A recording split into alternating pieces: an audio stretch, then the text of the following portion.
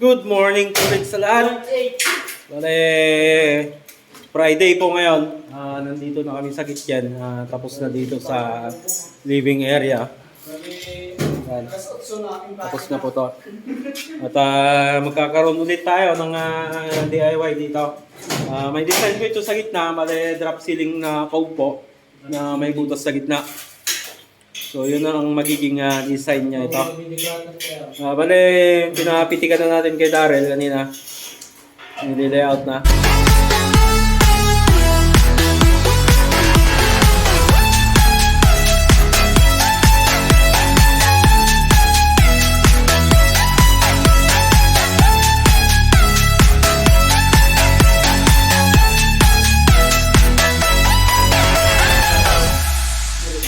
So, bale, may pitik na kami, nandun. Medyo malabo, pero kita naman. Paikot na ganyan.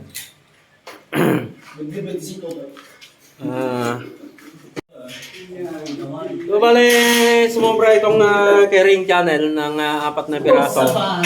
Para hindi masayang ito, itong carrying channel. Ito na lang po yung didikit natin dyan sa, dyan sa taas. Para kakapitan ng, ng design niya. Sumobra tayo ng estimate ng carrying channel. So, yun na lang ang gagamitin natin. So ibayan niyo po kung paano natin gawin yung design gamit ng metal paring po saka itong carrying channel.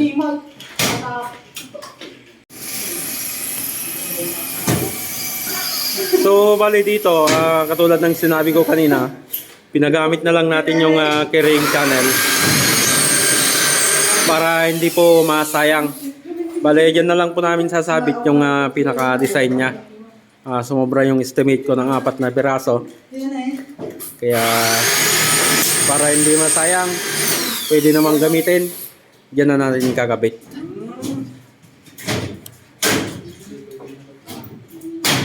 Itamam yan ti paring Darrell at ako Itamam yan ti paring at blind driven.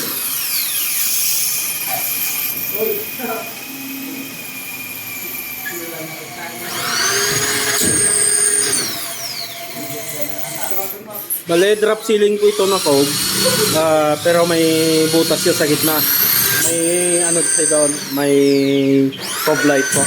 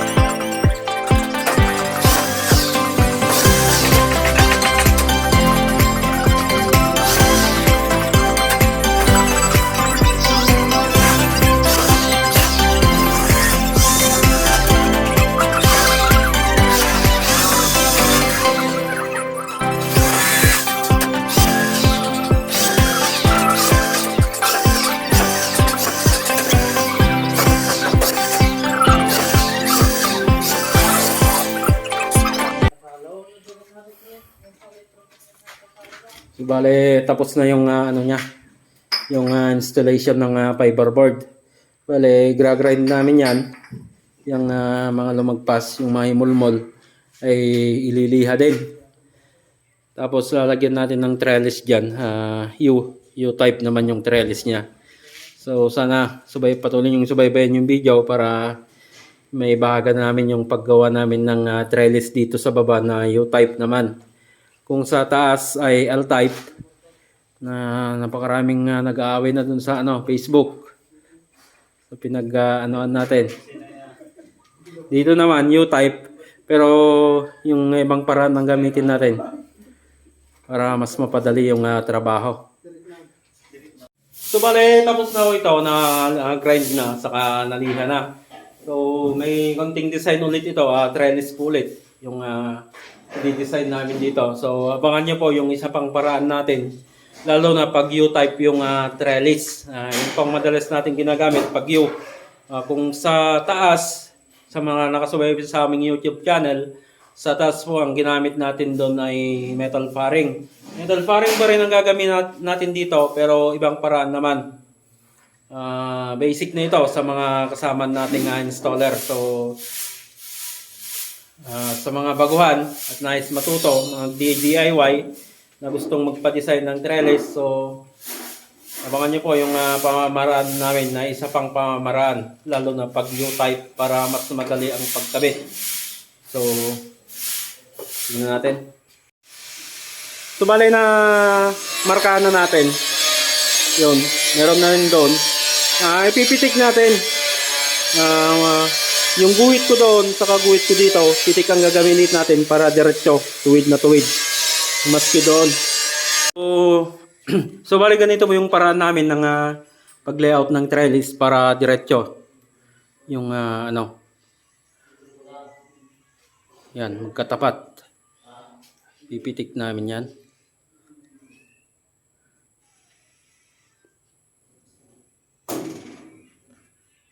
Kamusta Chris? Ito nagmarka.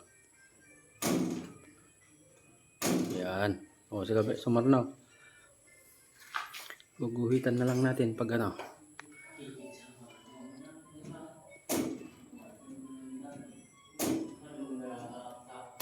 O next pa. So kung ano yung ginawa dito sa kabila, yun din ang gagawin sa ano kabila niya. Para diretso yung trellis natin.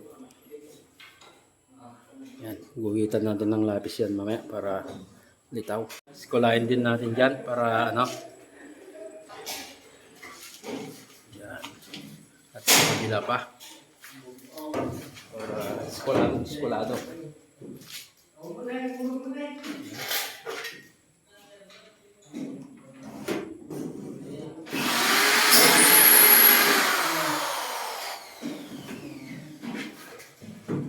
Lagyan na natin yung paring. Yan. Siya ba? Lagyan mo na isa. Sige. Lagyan mo na lang.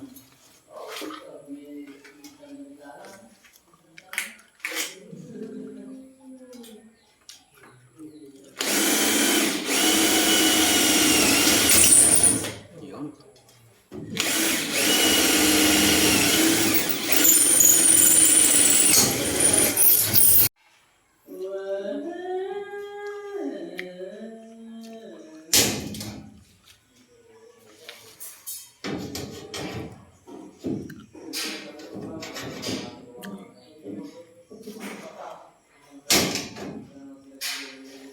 Yan. Doon mo muna i-rivet.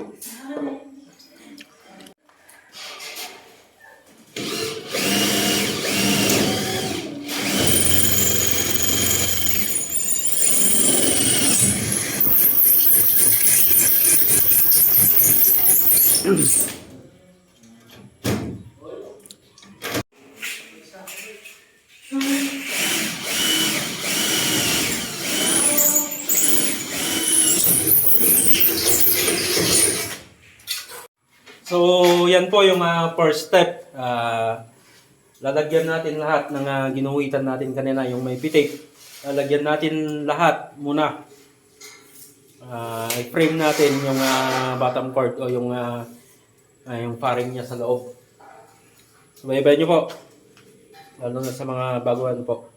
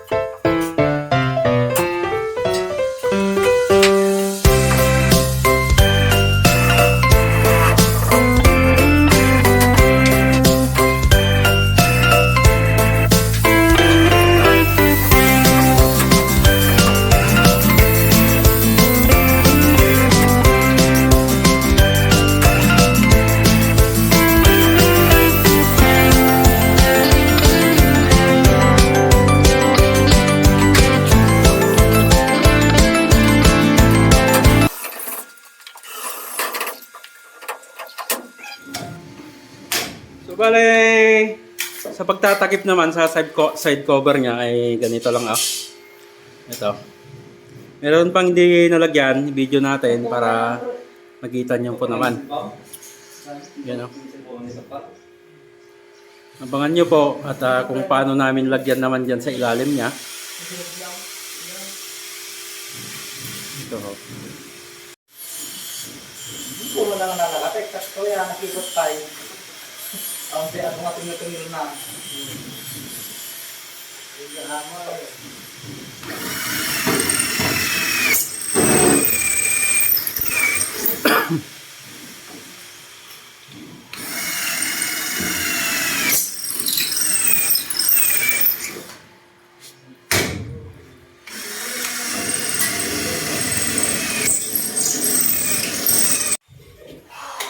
Wala na, ilagay na natin yung iba. Dito, yung sa ilalim niya. Tingnan natin kung paano natin sinusot yung cover niya sa ilalim. Para yan naman na itatakpan pa ng, ng fiberboard. Bale, sa baba din namin ito ginawa. Ito. Ginunting lang namin po ito. Yan, ginunting dito sa yung sugat niya. Tapos ibe-bend lang po ito.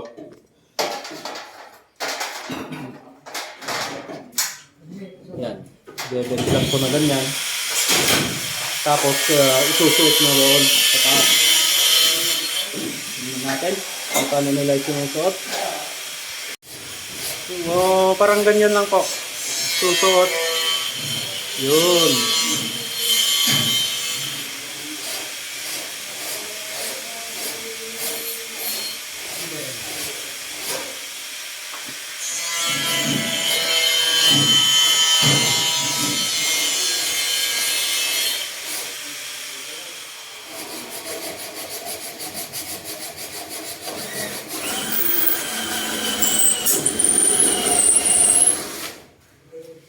I-rivet.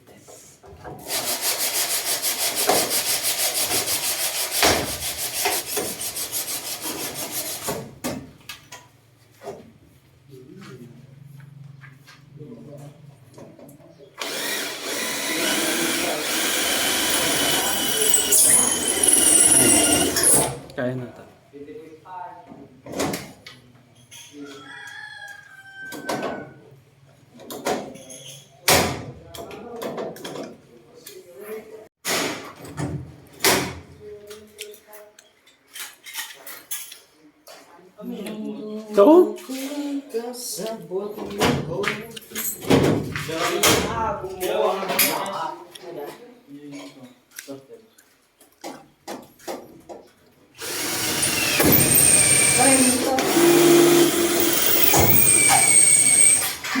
So, bale, pinatakpan na rin natin to sa ilalim niya, sa side niya.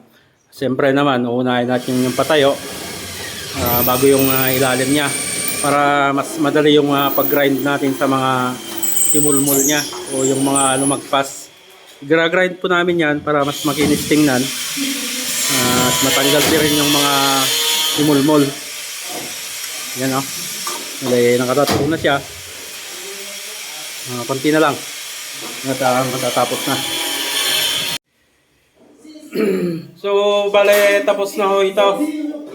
Tingnan natin yung design na ginawa namin dito sa dining area nila. So, bale, ito po yung design sa dining po ito. Disclaimer lamang po, pili po ito ng may-ari po ng bahay. Yan. Katulad po ng nasa living area, sila din po yung pumili.